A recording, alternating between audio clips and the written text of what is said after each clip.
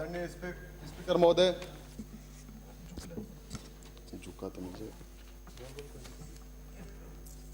मैं अजमेर की तरफ से सर्वप्रथम आपको इस सदन के स्पीकर के रूप में निर्वाचित होने की बधाई और शुभकामनाएं प्रेषित करता हूं। निश्चित तौर पे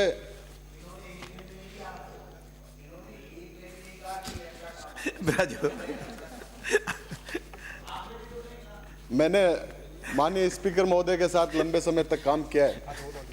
मुझे विश्वास है 15 वर्षों तक इन्होंने मेरा उस समय संरक्षण नहीं किया, लेकिन सदन में वो मुझे आशीर्वाद देंगे, ऐसी मैं इनसे आशा रखता हूं। निश्चित तौर पर मेरे से पूर्व जो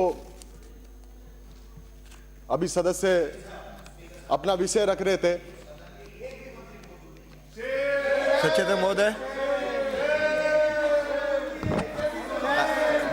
सचेतक के ध्यान में आ गया। बैठिए बैठिए बैठिए। अब ब्राजो क्या कर रहे हैं? ध्यान में आ गया ब्राजो। एक भी मंत्री नहीं है, सब कुछ खाली, सब कुछ खाली, सब ब्राजो सब खाली। माननीय सदस्य आगे, एक भी मंत्री आगे आगे आगे आगे से सदस्य ध्यान रखें, कोई नहीं करे। ये तो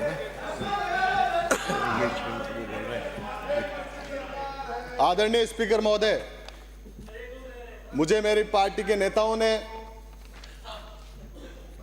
जब बोलने से पूर्व मुझे यह कहा गया कि राज्यपाल का अभिभाषण बड़ी गहराई के साथ पढ़ना है, लेकिन मेरे सामने वाले सरकार में बैठे तमाम लोग अभिभाषण के अलावा अपने अपने मुद्दों पे बात कर रहे हैं, लेकिन हम तथ्यात्मक बात करेंगे। राज्यपाल का अभिभाषण दिशाहीन और भविष्य की नीतियों से अभावयुक्त है। युवाओं को रोजगार देने के नाम पर यह सरकार बनाने वाले भाजपा के लोग जैसे ही सत्ता में आते हैं, आनन फानन में इन्होंने 5000 परिवारों को बिना उनकी आजीविका का ध्यान रखते हुए उनके भविष्य के साथ खिलवाड़ किया। उन्हीं के साथ नहीं, तमाम प्रदेश के युवाओं को जिनको ठेके कर्मी के नाम पर पूर्ववर्ती सरकार ने रोजगार दिया, उनको भी हटाने का काम इस सरकार ने किया। आदरणीय अध्यक्ष महोदय,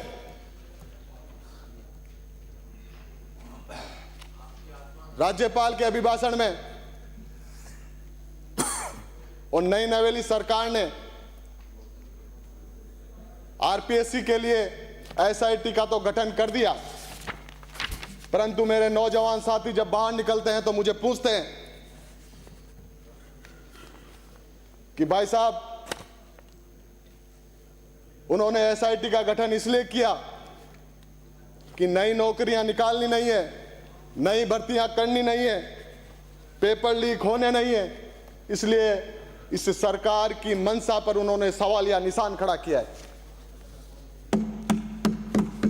रोजगार विहीन युवा सरकार से पूछ रहे हैं कि क्या हम केवल नारे लगाने के लिए हैं क्या? आदरणीय अध्यक्ष महोदय,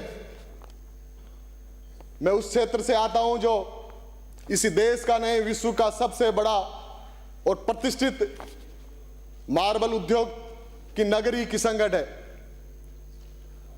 आए दिन अपराध, ट्रैफिक की व्यवस्था को लेकर, और ये मेरे सामने बैठे साथी कहते हैं कि अब डबल इंजन की सरकार इस प्रदेश और देश में है। राज्यपाल महोदय ने पूर्ववर्ती सरकार के आर्थिक मुद्दों पे बात कही, लेकिन उन्होंने ये नहीं बताया कि मार्बल उद्यमियों के लिए जीएसटी और जीएसटी के नाम पर उनकी फैक्ट्रियों पे बाहर खड़े रहने वाले उन जीएसटी अधिकारियों पे कब लगाम कसी जाएगी? आदरणीय अध्यक्ष महोदय, मुझे किसान भाइयों ने यह कह के राज्यपाल के अभिभाषण पे बोलने के लिए आग्रह किया कि नई नवेली सरकार से यह पूछना कि 7 घंटे के नाम पे बिजली देने वाली सरकार किसानों को इस कड़कड़ाती ठंड में सुबह 6 बजे बिजली देती है, तो उसके लिए सरकार ने क्या सोचा है? आदरणीय अध्यक्ष महोदय, राज्यपाल के अभिभाषण के पॉइंट नंबर 25 में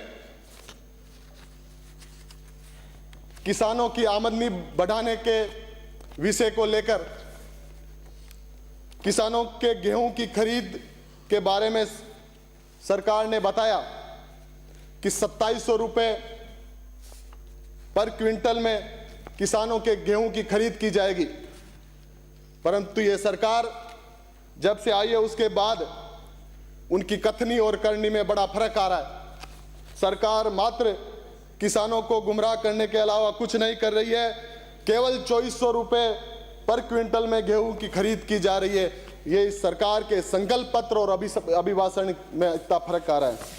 आदरणीय अध्यक्ष महोदय, पॉइंट नंबर 16 में आदरणीय राज्यपाल जी ने कहा कि जब पूर्ववर्ती सरकार आती है, जब इस प्रदेश में कांग्रेस की सरकार आती है तो प्रदेश बीमारू प्रदेश की श्रेणी में आ जाता है। पर माननीय इस राजस्थान की जनता और हम सब लोग जानते हैं, जब इस प्रदेश में कांग्रेस की सरकार आई है तो ये प्रदेश बीमारू प्रदेश की श्रेणी से बाहर निकलने के लिए हमेशा संघर्ष रहा है, लेकिन सरकार परिवर्तन होने के बाद फिर ये राजस्थान अपने आप को अभागा महसूस करता है। इस सरकार ने केवल योजनाओं के नाम बदलने के अलावा कुछ नहीं किया। अपराध पर बड़ी बड़ी बातें करने वाले जब से सरकार में आए, पूरे प्रदेश की कानून व्यवस्था चरमराई हुई है। इसको दुरुस्त करने के लिए सरकार के पास ना कोई विजन है, ना कोई रोड मैप है। आदरणीय अध्यक्ष महोदय,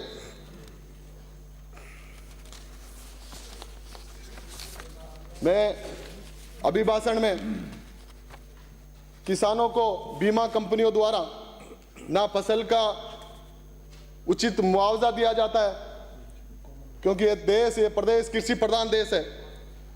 किसानों की चिंता पड़ी थी तो कृषि कनेक्शनों की जो पेंडिंग कृषि कनेक्शन पड़े हैं उनकी बात करते, प्रीमियम राशि और बीमा क्लेम का भुगतान की राशि को के लिए सदन को अवगत कराते हैं। लेकिन अब डबल इंजन की सरकार को बड़ी टकटकी के साथ लोग देख रहे हैं, नौजवान देख रहे हैं। गांव, गरीब, किसान, नौजवान के साथ लगातार ऊपर वाले जो खिलवाड़ कर रहे हैं, और इस पर्ची की सरकार से इन नौजवानों को कितनी आस है वो तो समय बताएगा। धन्यवाद।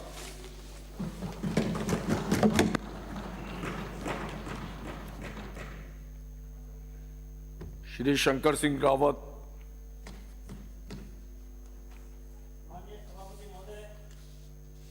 मुझे आपने राज्यपाल महोदय के अभिभाषण पर बोलने के मौका दिया, उसके लिए आपका बहुत बहुत आभार।